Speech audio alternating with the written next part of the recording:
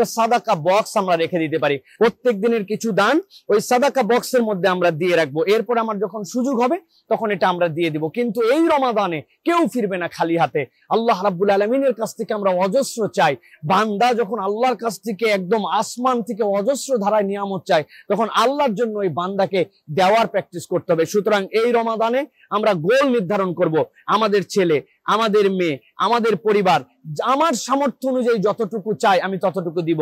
অনেক সময় আমরা অনেক মিসকিনদেরকে পাই, যে মিসকিনদেরকে দেখার পর আমরা অনেক সময় বলে থাকি যে এই নেওয়ার পরে এই টাকাটা সে কি করবে না করবে। প্রিয় ভাই, আমাদের বক্তব্য হচ্ছে ও আম্মা সাইলা ফালা তানহার, আমার কাছে চেয়েছে, আমি আমার সামর্থ্য অনুযায়ী তাকে দিয়েছি, এরপর আল্লাহ রাব্বুল আলামিনের কাছ থেকে আমি রিওয়ার্ড পাবো। সুতরাং রমাদানে কে কোন উদ্দেশ্যে চাইলো তাই না, আমার কাছে চেয়েছে আর আমার থেকে পাই নাই, এরকম যেন না হয়। আল্লাহ আমাদেরকে এই রমাদানের সহমর্মিতার মাস হিসাবে অনেক দান খয়রাত করার মতো তৌফিক দান করেন। এর জন্য একটা প্ল্যান করে ফেলি আমরা এখন থেকেই, যে আমাদের রমাদানে যেন কেউ আমাদের থেকে ফেরত না যায়। আপনার বাড়িতে খুচরা টাকার অ্যারেঞ্জ এখন থেকে করে রাখেন।